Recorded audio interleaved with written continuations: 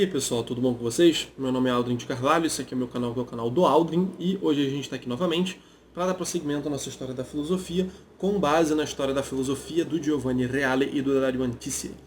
Hoje a gente segue falando da filosofia no Renascimento, e hoje especificamente a gente vai fazer um panorama bem geral e bem sucinto da difusão das escolas helenísticas nesse período, né? Volta do ceticismo, volta do epicurismo, estoicismo, etc. Mas antes então da gente entrar no conteúdo propriamente dito desse vídeo, eu gostaria de lembrá-los de que vocês podem apoiar o canal financeiramente de algumas formas.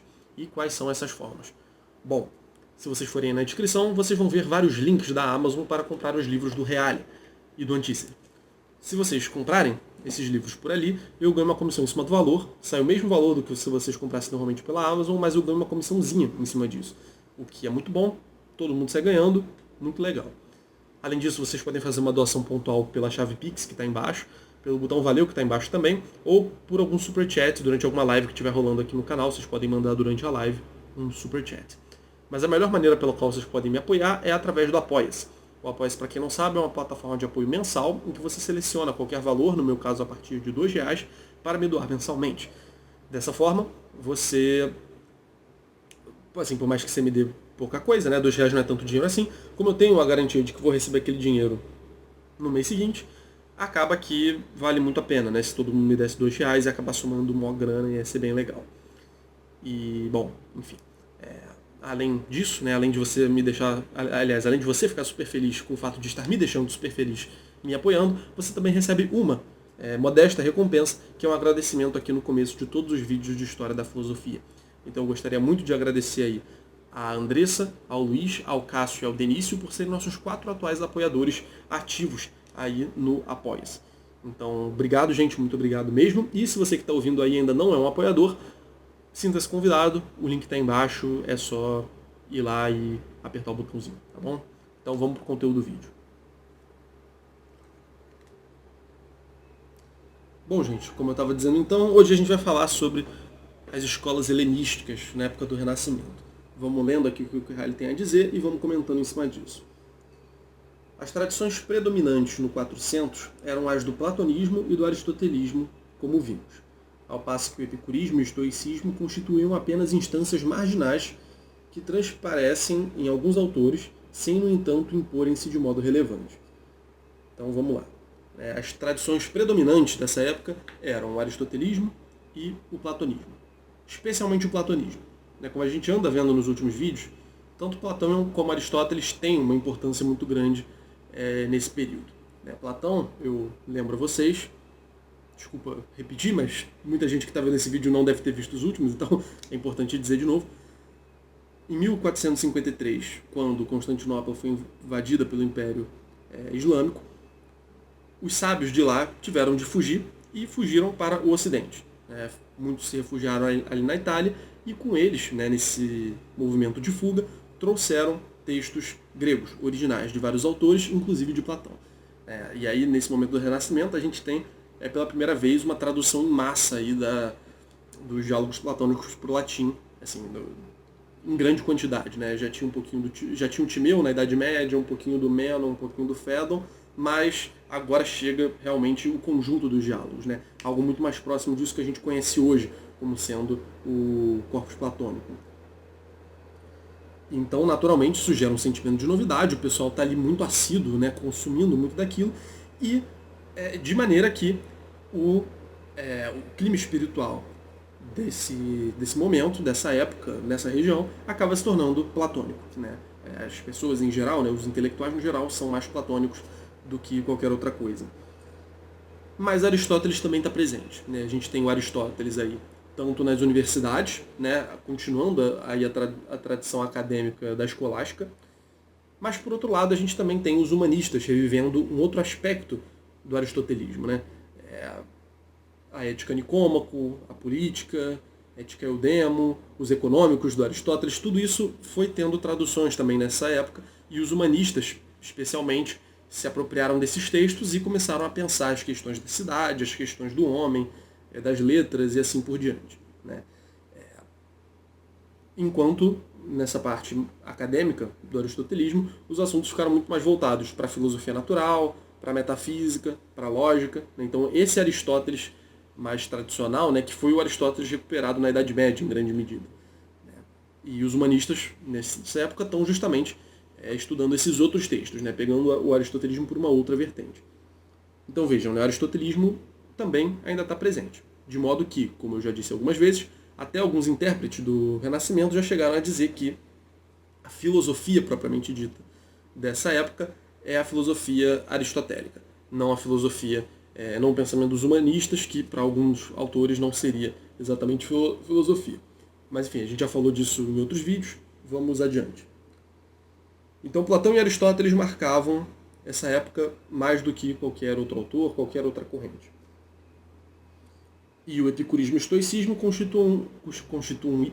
constituíam apenas instâncias marginais, né? Então eles ficavam meio em volta, tinha uma influência aqui e ali, mas também não era nada tão grave por enquanto. Por enquanto. Quando a gente for falar da Revolução Científica, a gente vai ver o epicurismo voltando aí com estalão, pronto, com força nessa época aí também.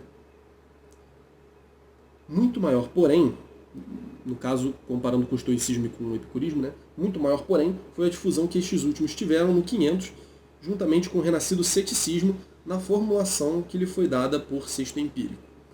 Então vejam, né, a gente vai esperar um pouquinho para ver o estoicismo surgindo de novo, o epicurismo principalmente, mas ele vai mencionar que o ceticismo, né, que ressurge no modo como o Sexto Empírico pensava, né, especificamente. Né? Então não é um ceticismo tão pirrônico, mas é um ceticismo mais sexto empírico, do Sexto Empírico. O ceticismo conseguiu até criar uma verdadeira e peculiar têmpera cultural, especialmente na França, encontrando sua expressão mais elevada em Montaigne. Montaigne, inclusive, é o tema do próximo vídeo. Mas vejam, Montaigne é considerado um cético, enfim, tem muitos aspectos céticos aí no pensamento dele, né? Isso é algo que já é um pouco trivial, inclusive, de se dizer. E aí não tem muito por que desenvolver o Montaigne agora, porque a gente vai falar dele no próximo vídeo. Mas aí, enfim, aí o Reale se pergunta aqui, né? Como ocorreu esse renascimento? O primeiro a utilizar Sexto Empírico de modo sistemático foi Gianfrancesco Pico della Mirandola, neto do grande Pico, né, do Pico que a gente estudou, Pico do Giovanni Pico della Mirandola. Né? Esse aqui é o Gianfrancesco, o neto dele. Nascido em 1469 e tendo morrido em 1533. Em sua obra Exame das Fatuidades das Teorias dos Pagãos e da Verdade da Doutrina Cristã, na qual ele utiliza elementos céticos para demonstrar a insuficiência das teorias filosóficas e, portanto, da razão pura, concluindo que, para alcançar a verdade, é preciso a fé. Então vejam, né? O ceticismo, quando retomado no Renascimento, pensando especificamente no Gianfrancesco Pico della Mirandola, ele é retomado não simplesmente como não sabemos a verdade, não tem como atingir a verdade, ou como uma posição meio absoluta, né, aplicada a todas as esferas da vida humana e tudo mais. Não é um ceticismo desse tipo. É um ceticismo com relação à filosofia, com relação à razão humana, em contraposição à fé. Então o ceticismo é uma arma usada pelo Gianfrancesco, é uma tradição filosófica, né, que é incorporada por ele e utilizada justamente para mostrar que as filosofias, em geral, se contrariam o tempo todo e que não tem consistência por causa disso. Isso já é um procedimento, na verdade, bem comum no ceticismo, inclusive nos apologistas cristãos do primeiro século. Alguns deles, justamente em defesa da fé, argumentavam contra os filósofos dizendo, olha, Platão está dizendo que a alma é assim, Pitágoras está dizendo que é assim, Aristóteles diz isso aqui, Epicuro diz que a realidade é constituída disso, Pitágoras diz outra, então tem todo um procedimento comum em atitudes céticas, vamos dizer assim, de fazer um levantamento de posições contrárias e dizer, isso aí que vocês estão fazendo não está dando em nada. Né? É melhor a gente não apostar nisso. Isso já aconteceu algumas vezes na história da humanidade. E vejam, acontece de novo aqui no Renascimento. Então vejam, o ceticismo aqui está sendo usado contra a razão pura. É um ceticismo da razão, não é um ceticismo da fé. né? Na fé ele confia totalmente, né? Tanto que o nome da obra é Exame das Fatuidades, das Teorias dos Pagãos e da Verdade da Doutrina Cristã. Então, as teorias dos pagãos são fátuas, são vazias, assim, elas não têm nenhuma substância. Enquanto a doutrina cristã, ela sim, pô, é a verdade e tal, né? A Gianfrancesco liga-se Henrique Cornelius, que se fez chamar de Agripa de Nettensheim. Nascido em 1486 e tendo morrido em 1535, conhecido sobretudo como Mago. Então, bom, Cornélio Agripa, também nome famosíssimo aí do Renascimento, ele segue essa linha aí do Gianfrancesco Pico. Ele escreve uma obra chamada Incertezas e Fatuidade das Ciências e das Artes, escrita em 1526 e publicada em 1530, na qual sustenta que não são as ciências e as artes humanas que salvam o homem, mas somente a fé. Né? Então vejam, né? Ele tem essa preocupação religiosa também, né? A fé que vai salvar, não é a filosofia, as coisas da razão humana e tal. E como diz o Reale aqui, ele pega muitos argumentos emprestados justamente do Sexto Empírico também. Na França foram publicadas sucessivamente 9 versões latinas de Sexto Empírico. Em 1562, Estevão, aqui Henri Estienne, 1531 a 1598, traduziu os esboços pirronianos. E em 1569, Gentian Hervé, eu não sei falar francês, 1499 a 1584, publicou todas as obras de Sexto Empírico em versão latina. Então vejam, né, você teve realmente um momento aí de recuperação, né, de todas essas obras, de uma preocupação cética mesmo. Né? Você vê aí realmente o pessoal bastante envolvido.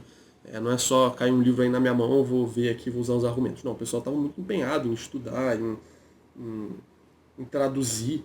Né? Então vejam, né, diferentemente do que acontece por enquanto no epicurismo e estoicismo, você vê realmente pessoas, né, intelectuais de configuração cética, né, de mentalidade cética. Como o Reale diz aqui, o ceticismo ele chegou a criar um clima, uma têmpera cultural, né, um clima espiritual desse momento, né, pelo menos em alguns autores.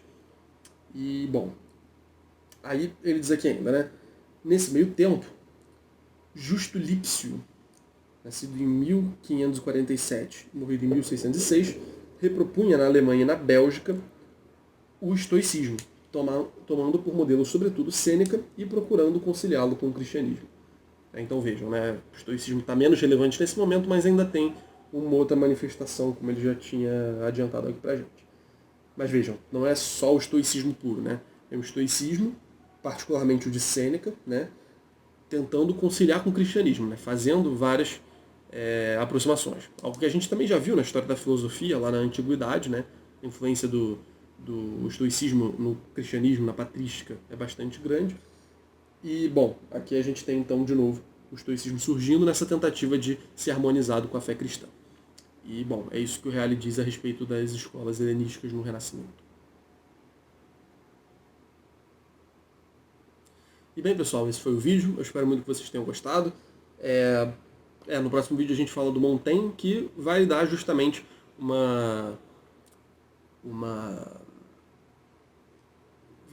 vai dar um certo destaque para essa coisa do ceticismo. Né? De fato, Montaigne, de todos esses autores que foram mencionados hoje, certamente é o mais conhecido, e é dele que a gente vai falar então na próxima aula. Tá bom? Então, obrigado, gente, por terem assistido. Deixem um like, inscrevam-se no canal, comentem alguma coisa. Além disso, apoiem o canal financeiramente aí da maneira que vocês puderem, né? E, finalmente, o mais importante de tudo, divulguem o vídeo para que vocês acharem que possa se interessar. Isso, sem dúvida, é o mais importante, avassaladoramente, porque é isso, vamos espalhar filosofia para as pessoas, principalmente esse trecho do Renascimento, que é muito menos conhecido, muito menos estudado, e as pessoas em geral não conhecem. Então, é isso, gente, obrigado, até a próxima, a gente se vê no próximo vídeo, valeu!